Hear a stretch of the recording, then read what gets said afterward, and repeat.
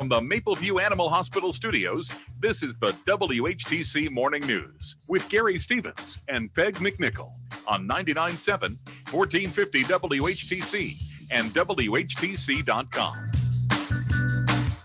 Welcome back to the WHTC Morning News for this Tuesday, April the 6th.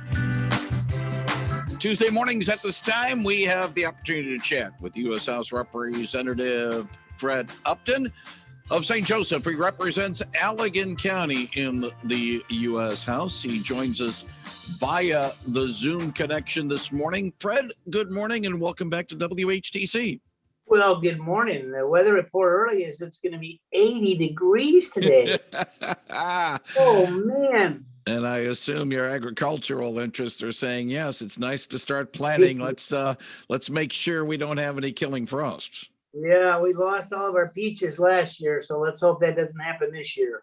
Fred, there's some topics we want to touch base with you on. During this week off, it is the Easter / Passover holiday week in Congress.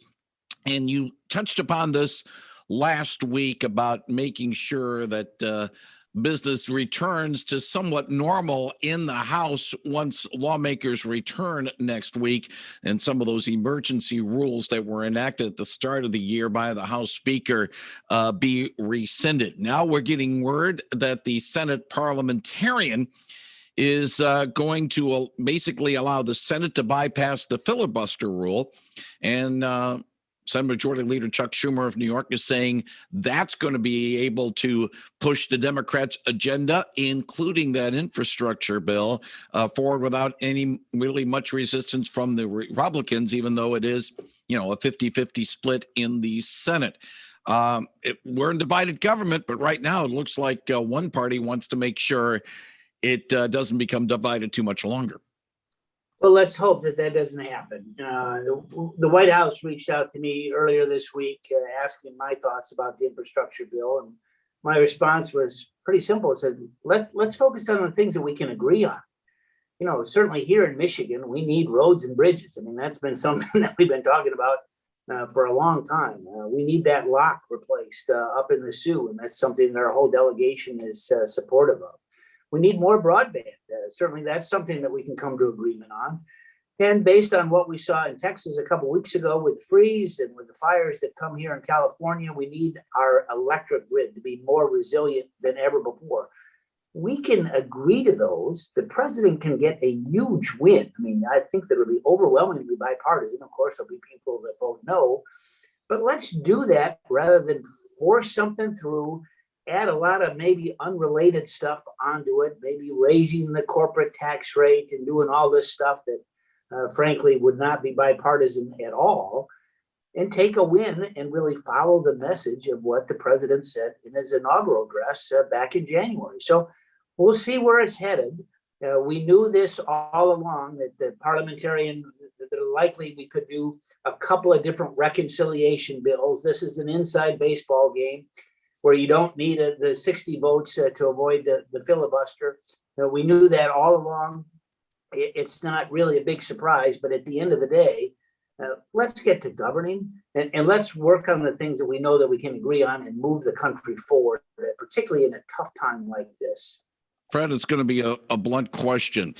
Yes, we need the infrastructure. Yes, we need the roads repaired and the broadband and some of the other things. But the question is paying for it, and that seems to be the problem.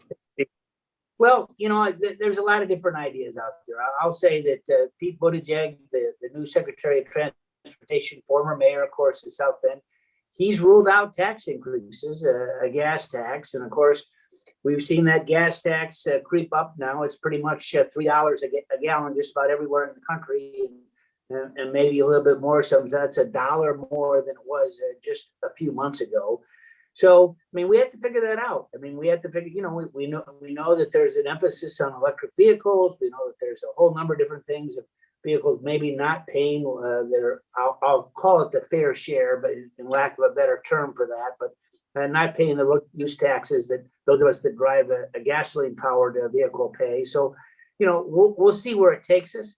But that's another reason why maybe this package needs to be scaled back from $2 or $3 trillion to a lot less, and something that's more manageable for us at the end of the day. You mentioned about electricity and the move by the administration led by not only Buttigieg, but also by former Michigan Governor Jennifer Granholm, the energy secretary now, to try to get more electric vehicles, to try to move to an electric vehicle perhaps by the end of this decade. Got to have the electricity to provide that, and getting a stable system. Let's put it this way, it takes energy to make energy, and I don't know. I have my doubts about whether or not we can be able to generate the electricity that people want right now.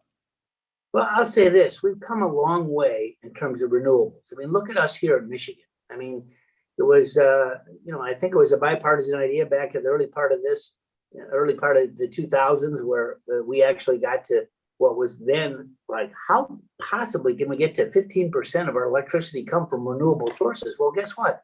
It's going to be probably at least 40% before the end of this decade. That's a remarkable change of events. And, if we can promote that type of thing, obviously more efficient vehicles, more efficient buildings, all those different things, we can use less electricity. We can make it more economical. But if the bottom line is we're going to have that grid, that we're going to have that resiliency, and that we certainly saw a breakdown in Texas, where they're still woefully inadequate in terms of what's happened with that big freeze that they had when it went to 0 degrees. Totally unexpected, but it literally froze the gas lines, froze people's water, the water pipes in their homes. Damages are still big time there. We need to invest in our infrastructure. We're talking with Congressman Fred Upton on the WHTC Morning News. When we are finished with our conversation, Fred's going to be involved in a virtual discussion about civility in politics. Can we get that, or is that something, frankly, a pipe dream? I'm sorry. Is it something we can see in our lifetime still, or has the trench warfare, political trench warfare, just simply been too entrenched and too deep? We got to get there. And obviously we saw the results here in Michigan the last couple of weeks, not good. And words do matter. Rhetoric does matter. If we're going to govern, whether it be in Washington or city council or county level, we have to have reasonable ideas, not finger pointing or shouting or name calling, that type of thing. We need to make a lot more progress on that. That's for sure. That's something the Problem Solvers Caucus stands for. We're doing a big forum this morning. I think, and I didn't look at in advance, it's probably on a webcast someplace. But a bunch of us, Republicans and Democrats, it's moderated by Nolan Finley, very respected newspaper editor of the Detroit News. He's been very engaged in this thing. We're going to be doing this, I think, through Oakland University a little bit later this morning for an hour-long program. But that message needs to go not only across here in Michigan, but across the country as well. As you said, we have divided government. We need to have ideas when people don't really care if they have an R or a D next to their name. Let's get the job done. Let's take the best ideas that are out there. I got a bunch of them. And I've already talked to some of my colleagues, Republican and Democrat, this morning. And we're going to see if we can't knit things back together to make this place function. And of course, with divided government and with the passions continuing on, I think to a certain extent, it's one thing that you and other elected leaders have, but to be honest with you, you and elected leaders are just representing the people who voted you in. And if the people don't have the more cooperative attitudes, they're not going to let people that have those type of attitudes in. And, we have to burrow down more than just the elected leaders. Yeah, although I tell you, if you look at our district pretty much even Steven. I mean, it's same number of Democrats and Republicans. It's within 1 or 2 points, okay? I won by 16 points last time. So that just goes to show you that people do respect folks that cross the aisle, that are willing to get things done.